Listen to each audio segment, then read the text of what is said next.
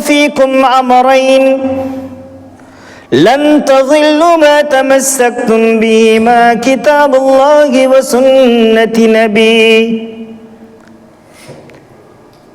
رب اشرح لي صدري ويسر لي أمري واحلل عقدة من لساني يفقهوا قولي رب زدني علما رب زدني علما رب زدني علما سبحانك لا علم لنا إلا ما علمتنا إنك أنت العليم الحكيم. محترم معزز علماء کرام، بزرگوں، میرے نوجوان بھائیوں، میری پردہ نشین مائیں اور بہنیں، میرے پیارے نونہال بچوں، سب سے پہلے تعریف اور حمد و ثنا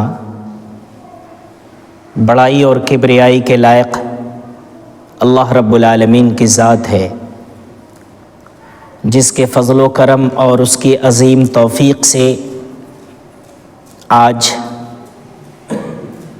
آپ کے مابین روبرو ہو کر قرآن و سنت کی باتیں بیان کرنے کا رب نے یہ شرف عنایت کیا ہے۔ اللہ سبحانہ و تعالیٰ سے میں دعا گو ہوں کہ پروردگار مجھے حق کہنے اور ہم سبوں کو حق قبول کرنے کی توفیق عنایت فرما، آمین۔ اللہ رب العالمین کی ذات وہ ذات ہے جو بلند و بالا ہے، اور اس ذات باری کا مقابلہ اور موازنہ دنیا کی کسی شے سے نہیں کر سکتے۔ رب جس نے ہم تمام کی تخلیق فرمائی ہے اور پیدا کرنے کے بعد اس رب ذوالجلال نے ہمیں یوں ہی بیکار نہیں چھوڑا، بلکہ ہماری زندگی کے لیے ہمارے خورد و نوش کا انتظام فرمایا، ہمارے لوازمات، روز مرہ کی زندگی ہمیں کس طریقے سے گزارنی ہے، صبح و شام ہماری کیسے گزرے، اس کا طریقہ اور قرینہ اور سلیقہ سکھانے کے لیے اس رب نے ہم پر بڑا احسان کیا۔ اللہ شاہد ہے، قرآن بلاغت میں اللہ نے ایک نقشہ کھینچا ہے کہ ہم نے تم ہی میں سے ایک رسول بھیجا ہے جو تمہیں میری آیتوں کی تلاوت کر کے سناتا ہے، وَيُزَكِّهِمْ اور تمہیں تزکیہ کرتا ہے، اور وَيُعَلِّمُهُمُ الْكِتَابَ وَالْحِكْمَةَ تمہیں کتاب و حکمت کی تعلیم دیتا ہے۔ تو ہماری زندگی کس طریقے سے گزرنی چاہیے؟ ہم تمام مخلوقات میں اشرف اور افضل اور بہتر ہیں، تو اس بہتری کی پہچان اور شناخت کیسے ہو؟ اس کے لیے اللہ سبحانہ و تعالی نے پیارے حبیب جناب محمد الرسول اللہ صلی اللہ علیہ وسلم کو مبعوث فرمایا۔ ہم اس نبی کے امت ہیں جو نبی تمام نبیوں میں سب سے افضل، جو نبی جن کی فضیلت اور اہمیت کو اجاگر کرنے کے لیے، جن کو تمام پر افضلیت اور برتریت برتنے کے لیے اللہ سبحانہ و تعالی نے قرآن جیسی مقدس کتاب ان پر نازل فرمایا۔ جس شخصیت پر قرآن جیسی مقدس کتاب نازل ہوئی، کتابوں میں سب سے افضل اور لانے والے فرشتوں میں سب سے افضل فرشتہ، اور جس دن جس مہینے اس کتاب کو اللہ سبحانہ و تعالی نے اتارا، وہ دنوں میں سب سے افضل، راتوں میں سب سے افضل رات، مہینوں میں سب سے افضل مہینہ، یہ تمام کی تمام افضلیت کو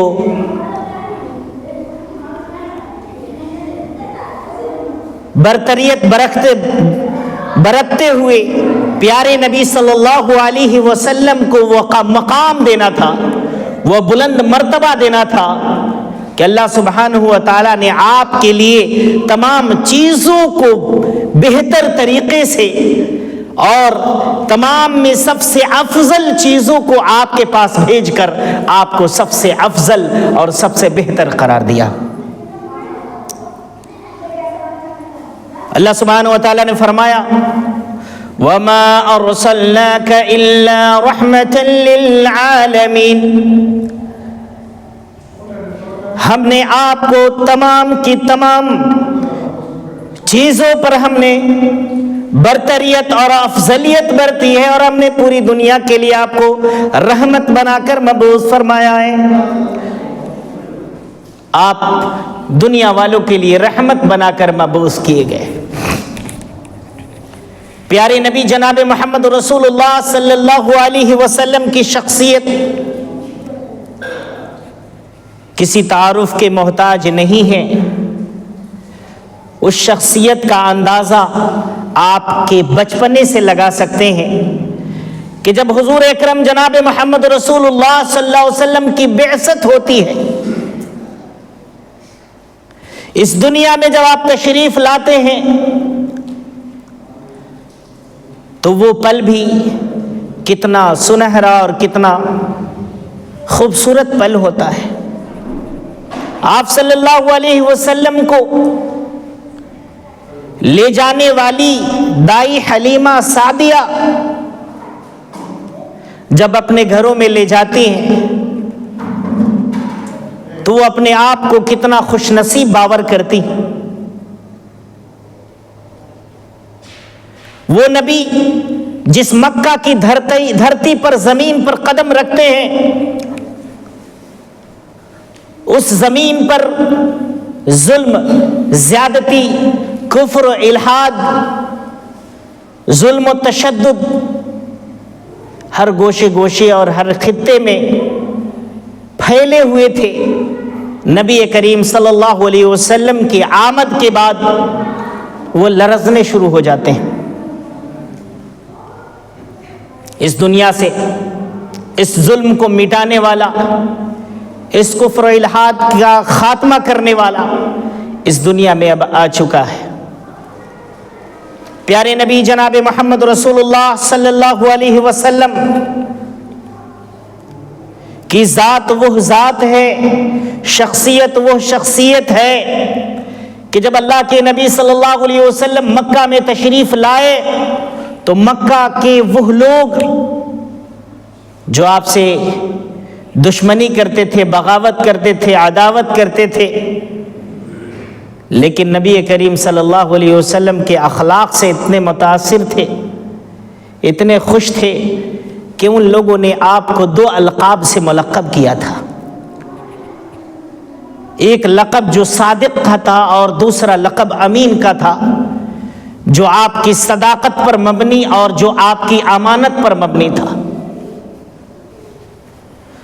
نبی کریم صلی اللہ علیہ وسلم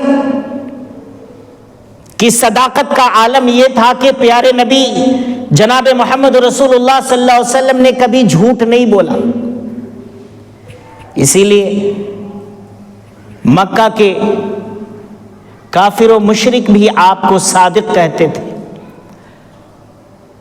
آپ کے پاس اپنی امانتوں کو رکھتے تھے، چونکہ انہیں یقین تھا کہ یہ شخصیت ایک ایسی شخصیت ہے جس کے پاس اگر ہم اپنی امانت کو رکھتے ہیں تو اس میں خیانت نہیں پائیں گے، اس میں ذرہ برابر بھی یہ خیانت کرنے والے نہیں ہیں۔ اس لیے پیارے نبی صلی اللہ علیہ وسلم کے پاس مکہ کے کافر و مشرک بھی اپنی امانتوں کو لا کر آپ کے پاس رکھ دیا کرتے تھے، دے دیا کرتے تھے، اور اس بات کا انہیں فلی یقین تھا کہ نبی صلی اللہ علیہ وسلم کے پاس جو امانتیں ہم نے لا کر دیا ہے اس میں خیانت نہیں کر سکتے۔ یہ دو نقطے یہ ہمیں پیغام دیتے ہیں نبی کی ابتدائی زندگی سے کہ نبی کا ماننے والا، نبی کا شیدائی، نبی سے محبت کے دم بھرنے والے، نبی سے اپنے محبت کے اظہار کرنے والے کبھی جھوٹے نہیں ہو سکتے۔ نبی صلی اللہ علیہ وسلم سے اپنی محبت کے دم بھرنے والے کبھی جھوٹ نہیں بول سکتے۔ اگر ہماری زبان پر جھوٹے کلمات ہیں، اگر ہم لغو اور جھوٹی باتوں میں پڑے ہوئے ہیں تو کہیں نہ کہیں نبی کے اس اصول سے ہم ہٹ رہے ہیں جن اصول کو آپ نے تا حیات پوری زندگی تک قائم و دائم رکھا تھا۔ جھوٹ بولنا بہت معمولی سی باتیں ہم سمجھتے ہیں اور بات بات میں جھوٹ کا سہارا لے لیتے ہیں۔ میرے بھائیوں، یہ معمولی چیز نہیں ہے، تمام برائیوں کی جڑ ہے۔ امانت میں خیانت کرنا یہ نبی صلی اللہ علیہ وسلم کی زندگی سے ہم سیکھ سکتے ہیں۔ نبی کی زندگی میں جو امانت کا معیار تھا، جس معیار کو پیارے نبی جناب محمد رسول اللہ صلی اللہ علیہ وسلم نے پوری دنیا کو دیا، وہ معیار ہم سے ختم ہو چکا ہے۔ چہ جائے کہ نبی سے محبت، نبی سے ہم عقیدت کے دم تو ضرور بڑھتے ہیں کہ نبی صلی اللہ علیہ وسلم سے ہم محبت کرنے والے ہیں، نبی کے ہم دیوانے ہیں، لیکن جب کوئی معاملات کی باتیں آتی ہے، لین دین کی باتیں آتی ہے، کسی کی امانت رکھنے کی باتیں آتی ہے تو فوراً ہم اس میں چوک جاتے ہیں۔ پھر وہ امانت داری، پھر نبی کریم صلی اللہ علیہ وسلم سے دم بھرنے کا جو دعویٰ ہوتا ہے وہ دعویٰ کہاں چلا جاتا ہے؟ بظاہراً یہ باتیں ہم تو جانتے ہیں، علماء سے سنتے ہیں، اپنے بچوں سے بھی کتابچہ کے ذریعے سے ان باتوں کو سماعت کرتے ہیں کہ پیارے نبی صلی اللہ علیہ وسلم صادق تھے، امین تھے، لیکن کیا یہ سننا، کیا صرف ان باتوں کو سن کر نظر انداز کر دینا ہماری زندگی کو بربادی کے دہانے پر پہنچانے والا ہے؟ ان چیزوں پر ہمیں عمل کرنے کی ضرورت ہے۔ اگر ہم واقعی میں اور سچے دل سے نبی سے ہم محبت کے دم بھرتے ہیں، نبی سے اگر محبت کے دعوے اگر کرتے ہیں کہ ہم نبی صلی اللہ علیہ وسلم سے محبت کرنے والے ہیں۔ اللہ سبحانہ و تعالیٰ قرآن میں فرماتا ہے اطیعوا اللہ و اطیعوا الرسول، اللہ کی اطاعت کرو اور اس کے رسول کی اطاعت کرو، وَأُولِي الْأَمْرِ مِنْكُمْ، اور اپنے امیروں کی اطاعت کرو، فَإِن تَنَازَعْتُمْ فِي شَيْءٍ فَرُدُّوهُ إِلَى اللَّهِ وَالرَّسُولِ، کسی معاملے میں تنازع ہو جائے، اختلاف ہو جائے، جھگڑے ہو جائے، فساد ہو جائے، اعتراض ہو جائے، کنفیوژن ہو جائے، پریشان ہونے کی ضرورت نہیں، گھبرانے کی ضرورت نہیں، فَرُدُّوهُ إِلَى اللَّهِ وَالرَّسُولِ، اس معاملے کو اللہ اور اس کے رسول کے طرف لوٹا دو۔ تمہارے ان جھگڑوں کا، تمہارے ان اختلاف کا، تمہارے ان خلفشار کا اور فتنے کا حل قرآن و سنت میں مل جائے گا۔ یہ وہ معیار ہے، یہ وہ میزان ہے جو صحیح صحیح وزن دیتا ہے اور حق اور باطل کو واضح کر دیتا ہے۔ حق اور باطل کی تمیز کرنے کا یہ سب سے بہتر معیار اور سب سے بہتر میزان ہے۔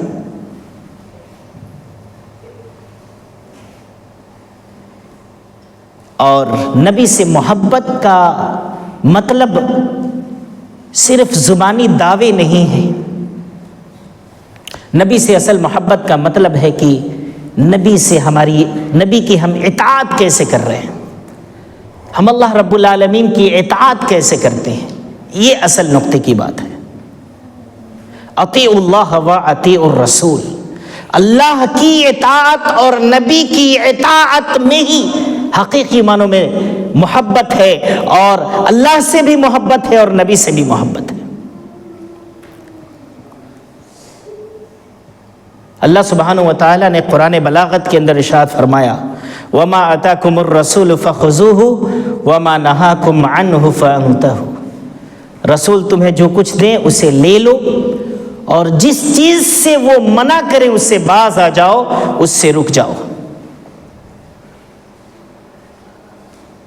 اب یہاں غور کرنے کی بات یہ ہے کہ رسول جو دیتے تھے وہ کہاں سے دیتے تھے, وہ لاتے تھے تو کہاں سے لاتے تھے. پیارے نبی جناب محمد رسول اللہ صلی اللہ علیہ وسلم اس سوال کا جواب دیتے ہیں وَمَا يَنْطِقُ عَنِ الْهَوَىٰ إِنْ هُوَ إِلَّا وَحْيٌ يُوحَىٰ, میں اپنے نفس سے اپنی ذات سے کچھ بھی نہیں کہتا, کچھ بھی نہیں بولتا, میں وہی بیان کرتا ہوں, وہی کہتا ہوں جو اللہ رب العالمین کے جانب سے مجھ تک وحی کے ذریعے سے بتائی جاتی ہے. جو اللہ تبارک و تعالیٰ کی طرف سے مجھ تک پہنچائی جاتی ہے اسی بات کو میں تم تک پہنچاتا ہوں. میں اپنی نفس سے اپنی ذات سے کچھ بھی نہیں کہتا. پیارے نبی جناب محمد رسول اللہ صلی اللہ علیہ وسلم جب مکہ کی دھرتی پر زمین پر قدم رکھے تو مکہ کی حالت آپ نے جو دیکھا ایسی حالت تھی کہ ظلم, بربریت, کفر و الحاد اپنے عروج پر تھے. ہر طرف ظلم ہی ظلم تھا. اور میں اپنی ماں اور بہنوں کو بھی پیغام دینا چاہتا ہوں کہ پیارے نبی صلی اللہ علیہ وسلم نے اپنا پیغام سبھی کے لیے پہنچایا. وہ صرف نبی مردوں کے لیے, نوجوانوں کے لیے نہیں بنا کر بھیجے گئے, بلکہ پوری دنیا کے لیے, پوری انسانیت کے لیے وہ نبی بنا کر بھیجے گئے. اب ہم ان کو اپنا نبی تسلیم کریں یا نہ کریں یہ الگ بات ہے, لیکن نبی سب کے ہیں, سب کے لیے نبی بنا کر بھیجے گئے ہیں. اور انہیں اگر ہم نے اپنا نبی تسلیم نہیں کیا تو بروز قیامت ہمیں اللہ کے پاس حساب دینا پڑے گا. اور قیامت تو دور کی بات ہے, جب ہماری روح پرواز کر جائے گی اور اس دنیا سے جب ہم کوچ کر جائیں گے تو آخرت کی وہ پہلی منزل جہاں ہم پہنچیں گے, جہاں منکر نکیر ہم سے سوال و جواب کرنے آئیں گے, وہاں بھی ہمیں جواب دینا پڑے گا کہ تمہارے نبی کا نام کیا ہے. موت کے دہانے پر پہنچنے کی نوعیت جس قسم کی بھی ہو, انسان جس طریقے سے اس دہانے تک پہنچے لہٰذا اسے ان حساب و کتاب سے دوچار ہونا پڑے گا. اور یہ منکر نکیر صرف قبر والوں کے پاس نہیں آتے, صرف قبروں میں نہیں آتے, صرف مسلمانوں کے پاس نہیں آتے, سبھی کے پاس جاتے ہیں. سب سے وہ حساب و کتاب لیں گے اور سب سے سوال و جواب کیا جائے گا. اسی لیے نبی سب کے ہیں, نبی کو اگر ہم اپنا نبی تسلیم نہ کریں تو یہ ہماری کمی ہے. لیکن بروز قیامت ہمیں جواب دینا پڑے گا, قبر کے اندر بھی ہمیں یہ جواب دینا پڑے گا کہ میرے نبی کا نام کیا تھا. اور اگر ہم نے جناب محمد رسول اللہ صلی اللہ علیہ وسلم کو اگر اپنا رسول اور نبی تسلیم نہیں کیا ہوگا تو زبان سے برجستہ یہی جواب نکلیں گے, ہا لا ادری, میں کچھ نہیں جانتا.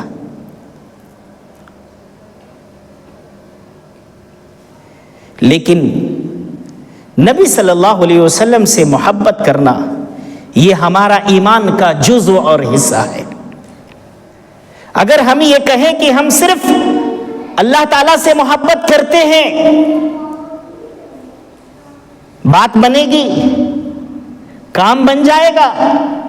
ہرگز نہیں میرے دوستوں، میرے بزرگوں، میرے بھائیوں، جب تک ہم یہ بات نہ کہتے کہ ہم اللہ سے بھی محبت کرتے اور جناب محمد رسول اللہ صلی اللہ علیہ وسلم سے بھی محبت کرتے ہیں، تو یہ کام بنے گی۔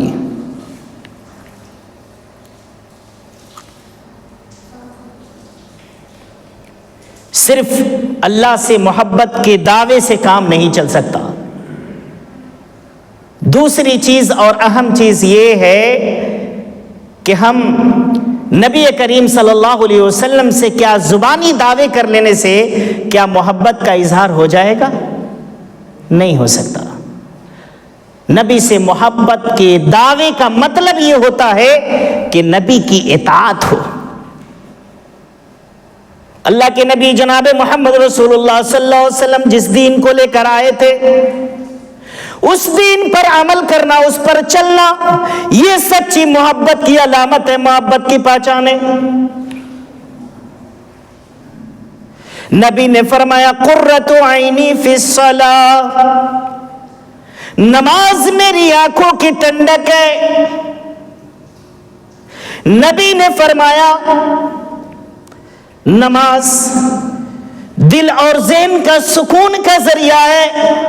اللہ کے نبی صلی اللہ علیہ وسلم جب کسی سفر میں ہوتے تھے، گھر کو جب لوٹتے تو سب سے پہلے مسجد کا رخ کرتے اور 2 رکعت نماز ادا کر دیتے۔ نبی صلی اللہ علیہ وسلم نے فرمایا کہ اپنے بچے کو نماز کی تربیت کرو، جب بچہ 7 سال کا ہو جائے اور جب 10 سال کا ہو جائے اور نماز نہ پڑھے تو فضربوہ، اس کو تادیبی کارروائی کرو۔ میری ماں اور بہنوں کے لیے بڑی عبرت اور نصیحت ہے، نبی کی محبت اس وقت ظاہر ہوگی جب نبی نے ہمیں یہ تعلیم دیا کہ اپنے بچے کی ہمیں تربیت کیسے کرنی ہے۔ بچہ 7 سال کا ہو جائے، نماز کی ہمیں اسے تلقین کرنی ہے، ٹریننگ دینی ہے۔ اور یہ تربیت کی جو مدت ہے یہ 3 سال کی مدت ہے۔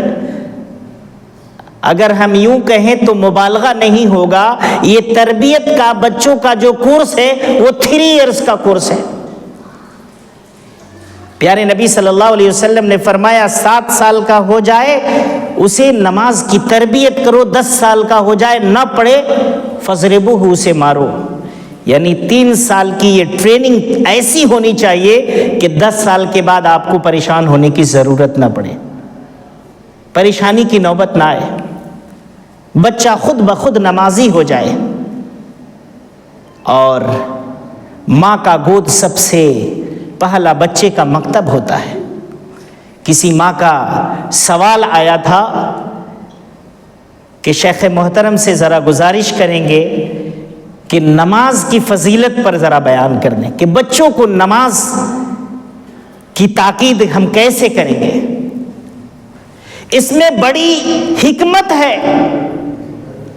پیارے نبی صلی اللہ علیہ وسلم نے جو 7 سال کی عمر میں بچوں کی تربیت کی ہے کہ بچوں کی تم تربیت کرو، اور 7 سال سے 10 سال کی جو 3 سال کی مدت ہے، اس میں اگر ہم اچھے ڈھنگ سے اچھے طریقے سے اپنے بچے کی تربیت کر دیتے ہیں تو ہمارا بچہ 10 سال میں وہ نمازی ہو جائے گا اور 5 وقت وہ پابندی سے نماز ادا کرے گا، مارنے کی نوبت نہیں آئے گی۔ پیارے نبی صلی اللہ علیہ وسلم نے فرمایا نماز میری آنکھوں کی ٹھنڈک ہے۔ اگر ہم اپنے آپ کو نبی سے محبت کے دم بھرتے ہیں اور دعوے کرتے ہیں کہ ہم پیارے نبی جناب محمد رسول اللہ صلی اللہ علیہ وسلم سے محبت کرنے والے ہیں، تو نبی کو نماز بے حد پسند تھی۔ آپ صلی اللہ علیہ وسلم نے کبھی نماز کو نہیں چھوڑا۔ ہم کیسے نبی سے محبت کرنے والے ہیں کہ آئے دن ہماری نماز فوت ہو رہی ہے۔ اگر ہماری سچی محبت پیارے نبی صلی اللہ علیہ وسلم سے ہے تو ہم پکے نمازی بن جائیں۔ نبی سے سچی محبت کا اظہار ہو جائے گا۔ اللہ کے نبی جناب محمد رسول اللہ صلی اللہ علیہ وسلم سے سچی محبت کرنے والے لوگ ایسے لوگ تھے جو اپنے جان مال تمام چیزوں کی قربانی ہمہ وقت دینے کے لیے تیار رہتے تھے۔ نبی کی ایک آواز نکلے لبیک کہنے کے لیے تیار رہتے تھے۔ پیارے نبی جناب محمد رسول اللہ صلی اللہ علیہ وسلم نے حضرت عمر بن خطاب رضی اللہ تعالیٰ عنہ سے پوچھا، اے عمر تم مجھ سے کتنی محبت کرتے ہو؟ حضرت عمر بن خطاب رضی اللہ تعالیٰ عنہ نے جواب دیا، اے اللہ کے نبی صلی اللہ علیہ وسلم، میں اپنی جان کے علاوہ سب سے زیادہ آپ سے محبت کرتا ہوں۔ میں آپ سے بڑی محبت کرتا ہوں، میں اپنی جان کے علاوہ سب سے زیادہ آپ سے محبت کرتا ہوں۔ آپ صلی اللہ علیہ وسلم نے فرمایا، نہیں، تمہاری محبت پکی اور سچی محبت نہیں ہے۔ پھر حضرت عمر بن خطاب رضی اللہ تعالیٰ عنہ جواب دیتے ہیں، اے اللہ کے نبی صلی اللہ علیہ وسلم، میں اپنے جان سے بھی زیادہ آپ سے محبت کرتا ہوں۔ آپ صلی اللہ علیہ وسلم نے فرمایا، اب بات بنی۔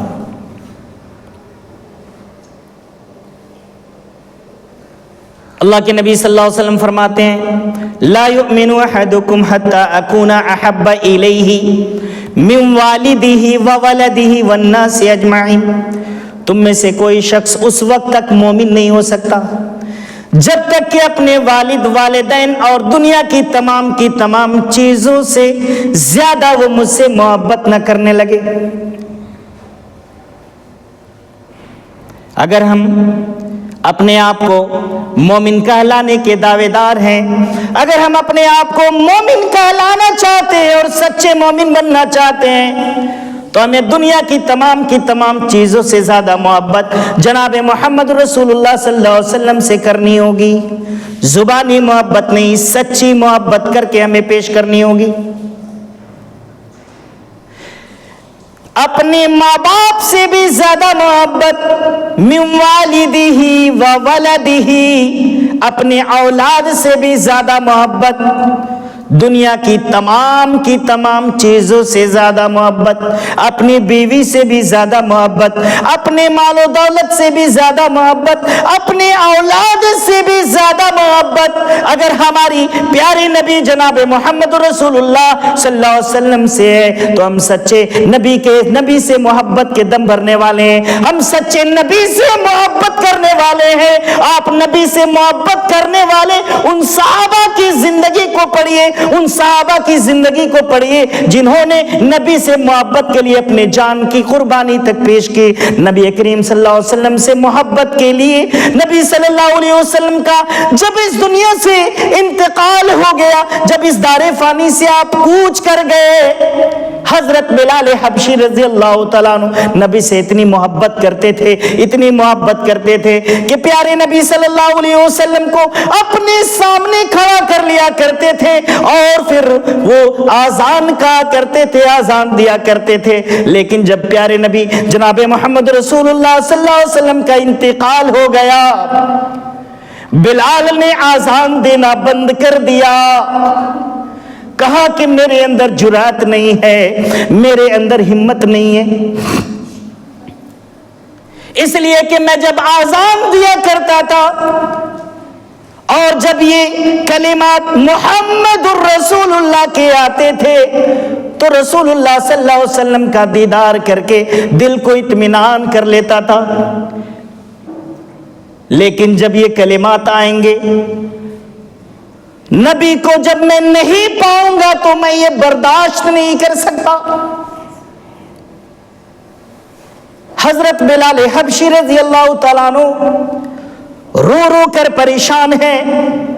صحابہ نے ان کی کیفیت اور ان کی حالت کو دیکھا، کہا کہ اے لوگو، اے میرے ساتھیو، بلال کو ملک شام کی طرف روانہ کر دو، اس لیے کہ نبی کی محبت میں نبی کے اتنے بڑے یہ دیوانے ہیں کہ نبی صلی اللہ علیہ وسلم کی محبت میں یہ پاگل ہو جائیں گے۔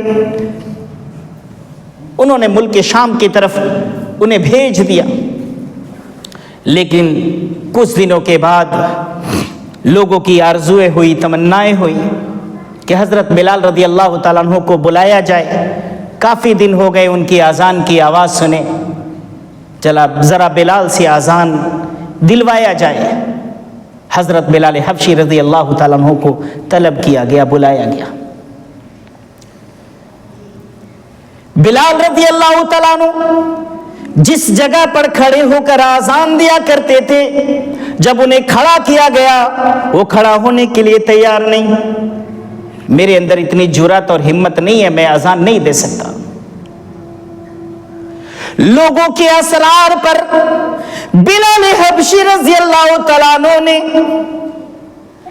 اذان دینے کی ہمت جٹائی، کھڑے تو ہو گئے، اللہ اکبر کی صدائیں بلند کرنی شروع کر دی، لیکن جب اشہد اللہ الہ الا اللہ کے بعد اشہد ان محمد رسول اللہ، ابھی محمد کے الفاظ بھی زبان پر نہیں آئے کہ بلال غشی کھا کر گر گئے، بے ہوش ہو کر گر گئے۔ یہ نبی سے سچی محبت، ایسے محبت کرنے والے آپ کو کہاں ملیں گے؟ ڈھونڈتے ڈھونڈتے آپ تک جائیں گے، ایسے محبت کرنے والے، ایسے دیوانے آپ کو نہیں مل سکتے۔ ان لوگوں کی جو سچی محبت تھی کہ جان دینا گوارا ہے لیکن نبی سے جدا ہونا گوارا نہیں۔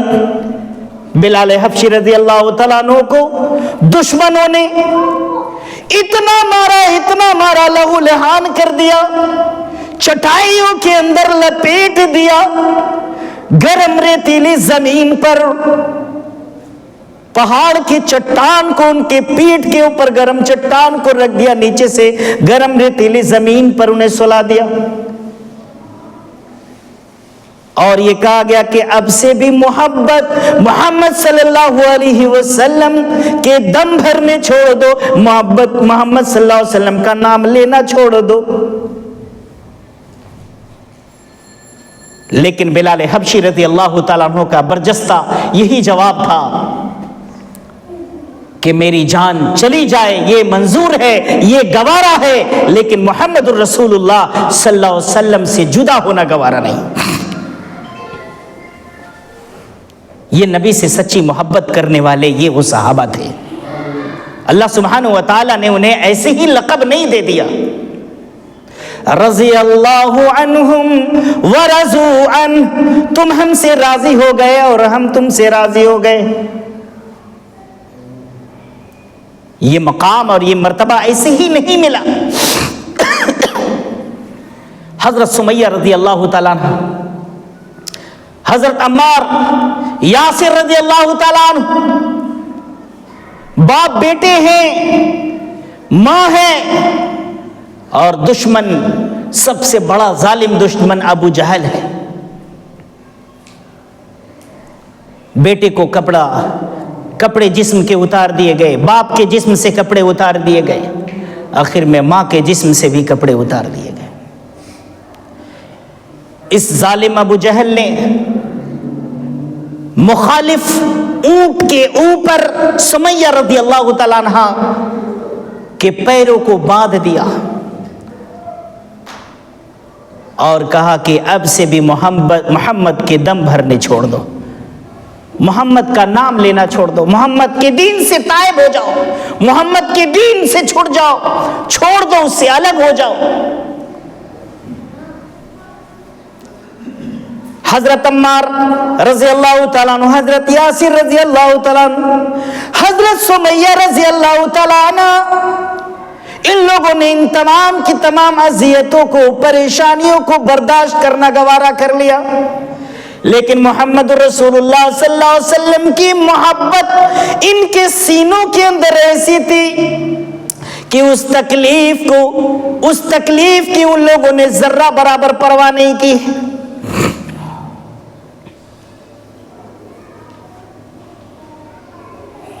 یہ سچی محبت کرنے والے، یہ سچے وہ نبی کے چاہنے والے، نبی کے یہ دیوانے تھے۔ سمیہ رضی اللہ تعالیٰ عنہ کو آخری الٹیمیٹم اس نے دیا کہ اب سے بھی تم محمد کے دین سے باز آ جاؤ، چھوڑ دو، تمہاری جان بخش دی جائے گی۔ ابو جہل ظالم جیسے شخص نے ان کے جسم کے اس نازک اعضاء پر اس نے ایسے نیزے مارے، اس نیزے کے بعد بس نہیں کیا بلکہ ان اونٹوں کو ایک کے مخالف چلا دیا۔ سمیہ رضی اللہ تعالیٰ عنہ دو حصوں میں منقسم ہو گئی، لیکن چہرے کی مسکان کو، چہرے کی نورانیت کو چھین نہیں سکا۔ جو نبی کے سچے دیوانے ہوتے ہیں، جو نبی صلی اللہ علیہ وسلم سے سچی محبت کرنے والے ہوتے ہیں، میرے بھائیوں، آپ انہیں اذیتیں تو ضرور دے سکتے ہیں، تکلیفیں پہنچا سکتے ہیں، لیکن ان کے دلوں سے اس دین کی، نبی کی محبت کو آپ چھین نہیں سکتے اگر وہ سچی محبت ہے۔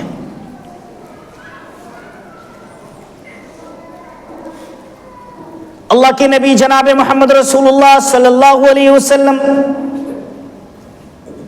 کی شخصیت وہ شخصیت ہے کہ مدینہ منورہ کے اندر جب آپ صلی اللہ علیہ وسلم ہجرت کر کے جا رہے ہیں، آپ کی محبت کا عالم یہ ہے کہ صحابہ یا صحابیات یا حضرت ابو ایوب انصاری رضی اللہ تعالیٰ عنہ یا ان کی شریک حیات سرزریز ہے۔ کیا ایسے محبت کرنے والے لوگ ملیں گے؟ دل میں آرزو اور تمنائیں ہیں، محبت کا عالم یہ ہے، معیار یہ ہے کہ سجدہ ریز ہیں، سجدے میں گرے ہوئے ہیں، دعا کر رہے ہیں کہ نبی صلی اللہ علیہ وسلم کی سواری میرے گھر پر آئے۔ جب انسان کسی سے محبت کرتا ہے تو اس محبت کے عالم میں وہ اسے اپنے یہاں بلانا چاہتا ہے، اس کا پرتپاک استقبال کرنا چاہتا ہے کہ میں اپنی طرف سے بھرپور طریقے سے ان کا استقبال کروں۔ ابو ایوب انصاری رضی اللہ تعالیٰ عنہ، ان کی بیوی سجدہ ریز ہے، اللہ تبارک و تعالیٰ سے دعا کر رہی ہے، اے پروردگار، پیارے نبی صلی اللہ علیہ وسلم کی سواری میرے دروازے پر رکانا، ان کی سواری میرے دروازے پر ٹھہرے، نبی صلی اللہ علیہ وسلم میرے یہاں مہمان قرار پائیں۔ گھر کو تیار کر چکے ہیں، اے اللہ کے نبی صلی اللہ علیہ وسلم، آپ میرے گھر کے چھت پر آرام کریں، میں نیچے والے حصے میں ہم لوگ آرام کر لیں گے۔ نبی کریم صلی اللہ علیہ وسلم کے لیے ہر طرح کی آشائش کا انتظام ان لوگوں نے کیا۔ یہ سچی محبت تھی میرے بھائیوں۔ ہم صرف پیارے نبی جناب محمد رسول اللہ صلی اللہ علیہ وسلم سے محبت کے دم بھرتے ہیں، اور یہ محبت صرف زبانی دعوے ہیں، صرف زبانی طور پر یہ دعوے ہم کرتے ہیں۔ اللہ کے نبی جناب محمد رسول اللہ صلی اللہ علیہ وسلم اور آپ کے صحابہ رضوان اللہ تعالی اجمعین جو ہمہ وقت آپ کا ساتھ نہیں چھوڑتے، ان میں سب سے محبوب اور سب سے قریب تر رہنے والے حضرت ابو بکر صدیق رضی اللہ تعالیٰ عنہ، جو سائے کی طرح آپ کے ساتھ ساتھ چلنے والے، نبی کا کبھی ہم ساتھ نہیں چھوڑ سکتے۔ محبت کا عالم یہ ہے کہ جب سفر کر رہے ہیں تو پیارے نبی صلی اللہ علیہ وسلم کہ اس سفر کے دوران کبھی آگے چلے جاتے ہیں، کبھی دائیں چلے جاتے ہیں، کبھی بائیں چلے جاتے ہیں، کبھی پیچھے چلے آتے ہیں۔ پیارے نبی صلی اللہ علیہ وسلم نے اس کی بابت پوچھی، اس کی وجہ جانی، وجہ پوچھی، کیا وجہ ہے کہ کبھی تم میرے آگے چلے آتے ہو، کبھی تم میرے پیچھے چلے آتے ہو؟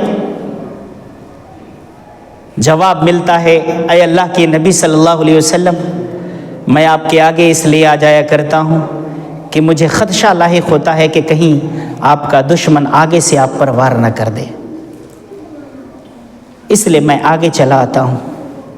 اے اللہ کے نبی صلی اللہ علیہ وسلم، پھر میرے دل میں یہ خدشہ لاحق ہوتا ہے کہیں آپ کے دشمن آپ کے دائیں جانب سے وار نہ کر دے، میں آپ کے دائیں جانب چلا آتا ہوں، پھر مجھے خدشہ لاحق ہوتا ہے کہیں آپ کے دشمن آپ کے پیچھے سے وار نہ کر دے، میں پیچھے چلا آتا ہوں، پھر مجھے خدشہ لاحق ہوتا ہے کہیں آپ کے دشمن آپ کے دائیں جانب سے وار نہ کر دے، میں دائیں جانب چلا آتا ہوں۔ یہ نبی سے سچی محبت اور ایسی محبت تھی جو حقیقی محبت تھی۔ غار ثور کا ایک اگر ہم جائزہ لیں، پیارے نبی صلی اللہ علیہ وسلم تھکے ہوئے ہیں، پریشان حال ہیں، یہ نبی کی زندگی سے میں آپ کو بتا رہا ہوں۔ حضرت ابو بکر صدیق رضی اللہ تعالیٰ عنہ اللہ کے نبی سے کس قدر محبت کرتے ہیں کہ آپ کو پہلے نہیں بھیج سکتے۔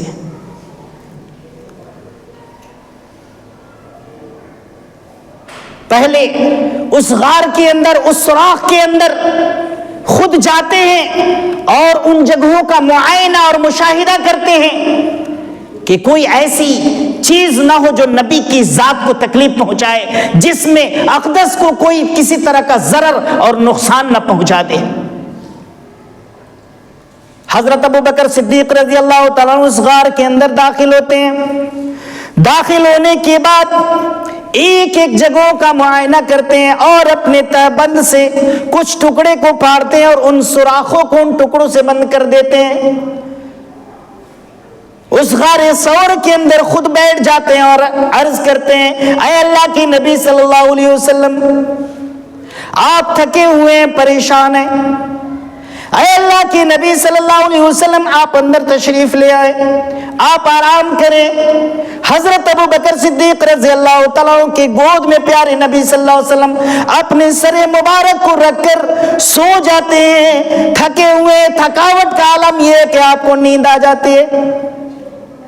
حضرت ابو بکر صدیق رضی اللہ تعالیٰ عنہ کی نظر سامنے ایک سوراخ پر پڑتی ہے، اپنی انگلی سے، اپنے پیر کی انگلیوں سے اسے بند کر دیتے ہیں، کہیں اس سے نکلنے والا کوئی ایسا موذی جانور، سانپ یا اژدہے یا بچھو آپ کو ضرر اور نقصان نہ پہنچا دے۔ آپ کے بچے جب آپ کے گود میں ہوتے ہیں تو محبت کا عالم یہ ہوتا ہے کہ آپ اس بچے کو ذرہ برابر ضرر اور تکلیف نہ ہونے دیتے ہیں۔ ایک مرغی اپنے چوزوں کو جب لے کر وہ اپنے گھروں سے باہر نکلتی ہے اور میدان میں جب ہوتی ہے تو اس کی نگاہیں چاروں طرف تکتی رہتی ہے کہ کوئی دشمن، کوئی چل، کوئی باز اسے آ کر اس کے بچے کو اچک نہ لے جائے، وہ اپنے پروں سے اپنے بچوں کو ڈھک لیتی ہے۔ یہ محبت کی پہچان اور علامت ہے۔ حضرت ابو بکر صدیق رضی اللہ تعالیٰ عنہ نے پیارے نبی صلی اللہ علیہ وسلم کو اپنے گود میں سلا لیا اور اس جگہ پر اپنے پیر کی انگلی کو لگا دیا جہاں ایک سوراخ دکھ رہا تھا۔ حضرت ابو بکر صدیق رضی اللہ تعالیٰ عنہ ان کے پیر کے اندر اس سوراخ کے اندر سے کسی موذی جانور نے ڈنک مارنا شروع کر دیا، لیکن اپنے پیر کو جنبش میں نہیں لا رہے ہیں، پیر کو حرکت میں نہیں لا رہے ہیں، کہیں نبی کی نیند نہ کھل جائے، نبی کے نیند میں خلل واقع نہ ہو جائے۔ حضرت ابو بکر صدیق رضی اللہ تعالیٰ عنہ کی تکلیف کا مرحلہ جب اپنی انتہا کو پہنچتا ہے، آنکھوں سے آنسو بہنے لگتے ہیں اور وہ آنسو کے ٹکڑے، آنسو کے قطرے جب نبی صلی اللہ علیہ وسلم کے رخسار انور پر پڑتے ہیں، نبی کی آنکھیں کھلتی ہے، دیکھتے ہیں ابو بکر رو رہے ہیں، رونے کی وجہ اور بابت اور سبب پوچھتے ہیں، کیا وجہ ہے، کیا سبب ہے جس کی وجہ سے آپ رو رہے ہیں، رونے کی وجہ کیا ہے؟ حضرت ابو بکر صدیق رضی اللہ تعالیٰ عنہ جواب دیتے ہیں، اے اللہ کے نبی صلی اللہ علیہ وسلم، میرے پیر میں کسی موذی، کسی خطرناک جانور نے ڈنک مار لیا ہے۔ اے ابو بکر، گھبرانے کی بات نہیں ہے۔ نبی صلی اللہ علیہ وسلم اپنے منہ سے لعاب دہن کو نکالتے ہیں اور اس جگہ پر لگا دیتے ہیں، اللہ تعالیٰ اس میں شفا عطا کر دیتا ہے، وہ صحیح سالم ہو جاتے ہیں۔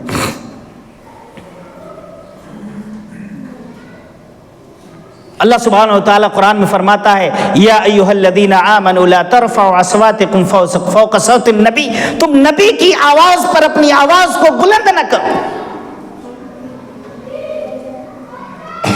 نبی سے محبت کا مطلب کیا ہے؟ آج اللہ کے رسول کے پیغامات سنائے جاتے ہیں، بیان کیے جاتے ہیں، ہم اپنی آواز کو نبی کی آواز پر بلند کرتے ہیں۔ اس کی مثال یوں ہے کہ اگر کوئی حدیث بیان کی جاتی ہے تو اس سے ہم بحث و تکرار کرتے ہیں، کلام کرتے ہیں، جبکہ نبی کی آواز پر تم اپنی آواز کو بلند نہ کرو، اللہ سبحانہ و تعالیٰ نے واضح کر دیا۔ اور ایک صحابی رسول کا ایک واقعہ بیان کیا جاتا ہے کہ اللہ سبحانہ و تعالیٰ نے ان کی آواز کو فطری طور پر بلند فرمایا تھا جب انہوں نے اس آیت کریمہ کو سنا، اپنے گھروں کے اندر انہوں نے اپنے آپ کو محصور کر دیا، بند کر لیا۔ انہوں نے یہ سوچنا شروع کر دیا کہ میں نے نبی کی شان میں بڑی گستاخی کر دی ہے، میری آواز تو اسی ہی بلند ہے، میں کوئی بھی بات بولتا ہوں تو ایسا لگتا ہے کہ میں زور سے بول رہا ہوں، اونچی آواز سے گرج کر بولتا ہوں۔ آپ سماج میں ایسے لوگوں کو آپ پائیں گے کہ آہستہ سے بھی اگر وہ بات کرتے ہیں تو ایسا لگتا ہے کہ وہ غصے میں ہیں یا زور سے اس آواز کو نکال رہے ہیں، اونچی آواز سے بول رہے ہیں۔ پیارے نبی صلی اللہ علیہ وسلم کو جب اس کی خبر ہوئی، اللہ کے نبی صلی اللہ علیہ وسلم نے انہیں طلب کیا، بلایا۔ بلانے کے بعد اس کی بابت اس کے تعلق سے آپ نے پوچھی، کیا وجہ ہے کہ تم نے اپنے گھر میں اپنے آپ کو محصور کر لیا ہے، بند کر لیا ہے؟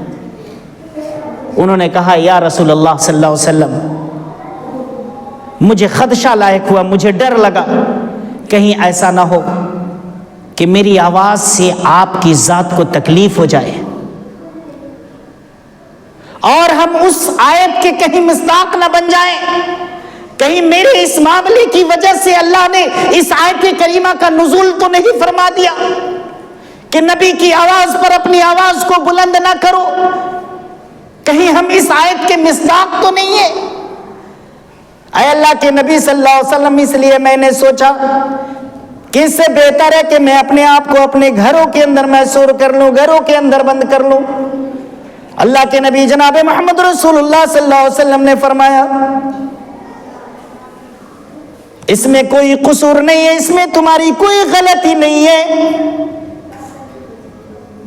تم اللہ کے نبی صلی اللہ علیہ وسلم کی شان میں اس کی وجہ سے گستاخی نہیں کر رہے ہو، اللہ نے تمہاری آواز کو بلند فرمایا ہے، بلند بنایا ہے، تم جان بوجھ کر اللہ کے نبی کی شان میں گستاخی نہیں کر رہے ہو۔ آج نبی کا پیغام سنایا جاتا ہے، نبی کا فرمان پیش کیا جاتا ہے اور اپنی باتوں کو وہاں بیان کر کے نبی کی آواز کو دھیما کرنے کی کوشش کرتے ہیں، نبی صلی اللہ علیہ وسلم کی تعلیمات کو دبانے کی کوشش کرتے ہیں۔ کیا یہ محبت ہے؟ ایک آدمی اللہ کے نبی جناب محمد رسول اللہ صلی اللہ علیہ وسلم کے پاس آیا، اس نے عرض کیا اے اللہ کے نبی صلی اللہ علیہ وسلم، آپ ہمیں یہ بتلائیے کہ ہم نبی کریم صلی اللہ علیہ وسلم سے سچی محبت کس طریقے سے کریں، محبت کی وہ علامت کون سی ہے، کون سا طریقہ ہم اپنائیں جس سے ہم سچی محبت کے ہم دم بھر لیں اور ہمیں کامیابی کا وہ زینہ بتلائیے جس کام کو میں کروں تو میں کامیاب ہو جاؤں۔ پیارے نبی صلی اللہ علیہ وسلم نے فرمایا کہ تم اپنی آخرت کی تیاری کس طریقے سے کی ہے، تم اپنے آپ کو اگر کامیاب باور کرنا چاہتے ہو تو اپنی آخرت کی تیاری میں سب سے بڑی کامیابی اس میں ہے کہ تم آخرت کی تیاری میں منہمک ہو جاؤ، آخرت کی تیاری میں مصروف ہو جاؤ۔ اس کے لیے تم نے کیا جمع کر رکھا ہے، کون سی پونجی تم نے اکٹھے کر رکھی ہے؟ میرے بھائیوں، میرے بزرگوں، سب سے بڑی اور سب سے اہم بات یہ ہے کہ ہم اس دنیا کے فکر میں ہم پاگل ہیں، دیوانے ہیں، سب سے ضرورت اس بات کی ہے کہ ہم آخرت کی فکر کریں۔ اللہ کے نبی صلی اللہ علیہ وسلم نے فرمایا ایک زمانہ ایسا آئے گا کہ لوگ دنیا کی رمق اور دنیا کی چمک میں اس طرح مستغرق ہو جائیں گے، ڈوب جائیں گے کہ آخرت کو وہ بھول بیٹھیں گے۔ حب الدنیا و کراہیت الموت، وجہ سبب یہ ہوگی کہ وہ دنیا سے محبت کرنے لگیں گے اور موت سے نفرت کرنے لگیں گے، آخرت کی یاد کو اپنے دلوں سے نکال دیں گے۔ میرے بھائیوں، میرے بزرگوں، آخرت کی فکر اگر ہمارے سینے میں ہے، اگر ہمارے دل میں ہے تو ہم سچے کامیاب ہیں۔ اگر آخرت کی فکر ہمارے دلوں کے اندر نہیں ہے میرے بھائیوں، ہم دنیا کے رمق اور دنیا کی چمک میں اگر ہم ڈوبے ہوئے ہیں تو یہ ہماری اس دنیا کی للک اور دنیا کی طرف ہماری آخرت کو برباد کر دے گی۔ اللہ تبارک و تعالیٰ فرماتا ہے وَاعْتَصِمُوا بِحَبْلِ اللَّهِ جَمِيعًا وَلَا تَفَرَّقُوا، تم سب مل کر اللہ کی رسی کو مضبوطی سے پکڑ لو، مضبوطی سے تھام لو اور تفرقہ بازی نہ کرو۔ اذکروا نعمت اللہ علیکم اذ کنتم اعداء فألف بین قلوبکم فاصبحتم بنعمته اخوانا وکنتم علی شفا حفرۃ من النار فانقذکم منها کذالک یبین اللہ لکم الآیات لعلکم تہتدون۔ تم اللہ کی رسی کو مضبوطی سے پکڑ لو، مضبوطی سے تھام لو، ولا تفرقوا، اور تفرقہ بازی اور فرقوں میں نہ بٹو، تفرقہ بازی نہ کرو، الگ الگ ٹولیوں میں نہ بٹو۔ اللہ کی ان نعمتوں کو یاد کرو کہ جب تم الگ الگ تھے۔ اذکروا نعمت اللہ علیکم اذ کنتم اعداء، تم عدو تھے، دشمن تھے، فألف بین قلوبکم، اللہ نے تمہارے دلوں کو مؤلف بنا دیا۔ وَكُنْتُمْ عَلَى شَفَا حُفْرَةٍ مِّنَ النَّارِ، تم تو جہنم کے گڑھے کے کنارے پر پہنچ چکے تھے، اللہ نے تمہیں جہنم کے گڑھے کے کنارے سے بچا لیا۔ پیارے نبی صلی اللہ علیہ وسلم سے سچی محبت اہل انصار اور مہاجرین کرتے تھے۔ ایک دفعہ پیارے نبی صلی اللہ علیہ وسلم نے مال غنیمت مہاجرین کو دے کر ان کی حوصلہ بلند فرمائی، اہل انصار کو اعتراض ہو گیا۔ آپ صلی اللہ علیہ وسلم نے انہیں اپنی محبت کو یاد دلایا کہ میں تم سے بھی کتنی محبت کرتا ہوں۔ یا معاشر الانصار الم اجدکم ذلالا فہداکم اللہ بی وعالۃ فاغناکم اللہ بی والمتفرقین فجمعکم اللہ بی۔ اے اہل انصار، کیا تم ان چیزوں کو بھلا بیٹھے؟ کیا تم ضلالت و گمراہی کے دلدل میں پھنسے ہوئے نہیں تھے؟ فہداکم اللہ بھی، اللہ نے تمہیں میرے ذریعے سے ہدایت یافتہ بنا دیا۔ کیا تم فقر و فاقہ کی زندگی نہیں گزارتے تھے؟ اللہ نے تمہیں میرے ذریعے سے مالدار بنا دیا۔ کیا تم گمراہی کے دلدل میں نہیں پھنسے ہوئے تھے؟ الم اجدکم ذلالا فہداکم اللہ بی، اللہ تبارک و تعالیٰ نے میرے ذریعے سے تمہیں ہدایت کے اعلیٰ منصب پر فائز کر دیا۔ انسان کی نگاہوں کے سامنے اگر بہت سارے راستے ہوں اور اسے سمجھ میں نہ آئے کہ صحیح راستہ کیا ہے، وَأَنَّ هَذَا صِرَاطِي مُسْتَقِيمًا فَاتَّبِعُوهُ وَلَا تَتَّبِعُوا السُّبُلَ فَتَفَرَّقَ بِكُمْ عَنْ سَبِيلِهِ، یہی سیدھا راستہ ہے، اس راستے کی پیروی کرنا، اور اس کے مابین اس کے دونوں جانب جو بہت سارے راستے ہیں ان راستوں کی اتباع نہ کرنا، ان راستوں کی پیروی نہ کرنا، اس لیے کہ ان راستوں پر شیطان بیٹھا ہوا ہے جو تمہیں گمراہی کے لیے، تمہیں برباد کرنے کے لیے، تمہیں ہلاکت میں پہنچانے کے لیے بلا رہا ہے۔ یعنی صراط مستقیم پر قائم رہنا اور گمراہی والے راستے کو اختیار نہ کرنا۔ آج کیا ہے کہ ہم نے راہ ضلالت کو ہم نے اختیار کر لیا ہے، ان راستوں میں ہم بھٹک چکے ہیں اور اتنے دور بھٹک کر چلے گئے ہیں کہ راہ مستقیم ہمیں یاد نہیں آتا، ہم اپنے راہ مستقیم کو ہم نے بھلا دیا ہے۔ تلاش منزل کو جانے والے نشان منزل نہ بھول جانا، تلاش منزل کو جانے والے نشان منزل نہ بھول جانا کہ راہ حق میں ہزار شیطان ملا کیے ہیں ملا کریں گے۔ جب آپ حق کے راستے پر، نبی کی اتباع اور پیروی کے راستے پر جب آپ نکلیں گے تو شیطان بہت سارے راستوں کو آپ کو دکھلائے گا، آپ کو گمراہی کے ان راستوں کی طرف بھٹکانے کی کوشش کرے گا، لیکن آپ کی جو منزل ہے، جس منزل کی جستجو اور جس کو پانے کے لیے ہر نماز میں ہر رکعت میں اللہ سے دعا کرتے ہیں، اہدنا الصراط المستقیم، اے میرے پروردگار ہمیں صراط مستقیم پر چلانا۔ کوئی ایسی رکعت نہیں ہوتی جس میں اللہ تبارک و تعالی سے آپ یہ دعا نہ کرتے ہو، آپ یہ نہ مانگتے ہو، اے میرے پروردگار مجھے صراط مستقیم پر چلانا، راہ مستقیم پر گامزن فرمانا۔ ہر رکعت میں آپ پڑھتے ہیں۔ اگر آپ یہ نہ پڑھیں تو آپ کی وہ رکعت مکمل ہی نہیں ہو سکتی، اور اپنی ہدایت کے لیے آپ اہدنا الصراط المستقیم، اے اللہ ہمیں صراط مستقیم پر گامزن فرما۔ لیکن وہ صراط مستقیم جو سیدھا راستہ ہے وہ ہمیں ملے تو کیسے ملے؟ اس کی جستجو اور اس کی للک اور اس کی تڑپ کیسے ہو، اس کی ہمیں فکر کیسے ہے، کیسے کرنی ہوگی، اور کس طریقے سے ہم اس راہ مستقیم تک اور اپنی منزل تک پہنچیں گے؟ ہمیں اس کی فکر کرنے کی ضرورت ہے، اس کی جستجو کرنے کی ضرورت ہے، اس کی تلاش کرنے کی ضرورت ہے کہ وہ کامیابی کا زینہ، وہ کامیابی والا راستہ کون سا ہے۔ اہدنا الصراط المستقیم، ہم دعا کرتے ہیں ایاک نعبد و ایاک نستعین، ہم تیری ہی عبادت کرتے ہیں اور تجھ ہی سے استعانت چاہتے ہیں، تجھ ہی سے مدد چاہتے ہیں۔ اللہ تبارک و تعالیٰ سے ہر نماز میں ہم کہتے ہیں، لیکن عجیب و غریب معاملہ ہے کہ اس رب سے یہ دعا تو ضرور کرتے ہیں، لیکن زبانی یہ صرف دعائیں ہوتی ہے، اس کے علاوہ کسی اور کو بھی ہم اس کا ہمسر اور ساجھی اور اس کا ہم شریک بنا لیتے ہیں۔ ہم دنیا کی ایک مثال ہم پیش کر سکتے ہیں،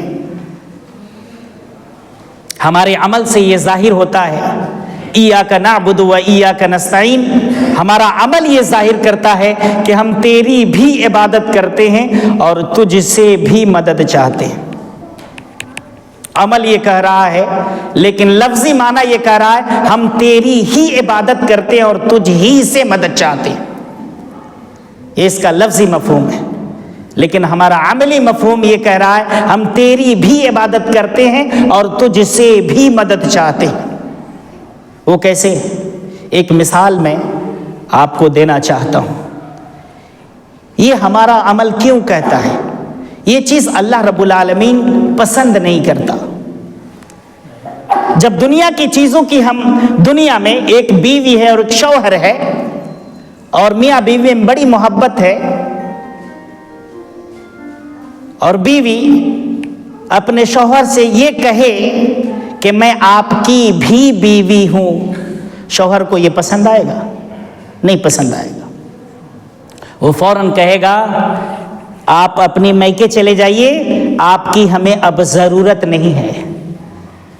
جب ایک بیوی کو شوہر اس طرح کے الفاظ سننا پسند نہیں کرتا، اللہ کی ذات تو بہت ہی بلند و بالا ذات ہے، وہ رب اپنے بندوں کے ایسے مفہوم اور ایسے عمل کو کرنا کیسے اللہ پسند کر سکتا ہے کہ میں تیری بھی عبادت کرتا ہوں اور تجھ سے بھی مدد چاہتا ہوں۔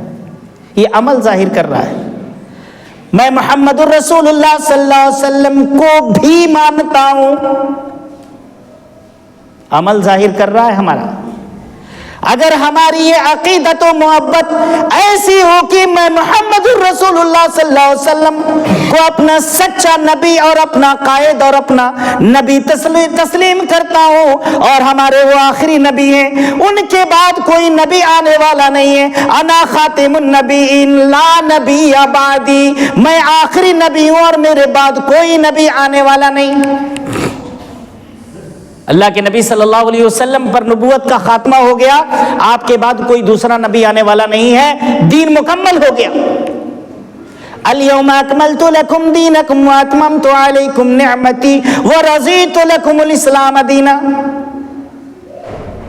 آج کے دن تم پر ہم نے اپنے دین کو مکمل کر دیا، واتممت علیکم نعمتی، اور اپنی نعمتیں پوری کر دی، ورضیت لکم الاسلام دینا، اور دین اسلام سے میں راضی اور خوش ہوا۔ دین مکمل ہو چکا ہے۔ اللہ رب العالمین نے پیارے نبی صلی اللہ علیہ وسلم پر دین کا اتمام کر دیا۔ آپ کے بعد اب کوئی شخص یہ چاہے کہ نبی صلی اللہ علیہ وسلم نے جو تعلیم ہم تک پہنچایا ہے، جو پیغام ہم تک پہنچایا ہے، جو آپ کی زندگی ہمارے لیے آئیڈیل اور نمونہ ہے، اس کے علاوہ کسی اور کی بھی زندگی ہے تو یہ ہمارے لیے گمراہی کا باعث ہے، اور ہم گمراہی کے دلدل میں پھنسے ہوئے ہیں۔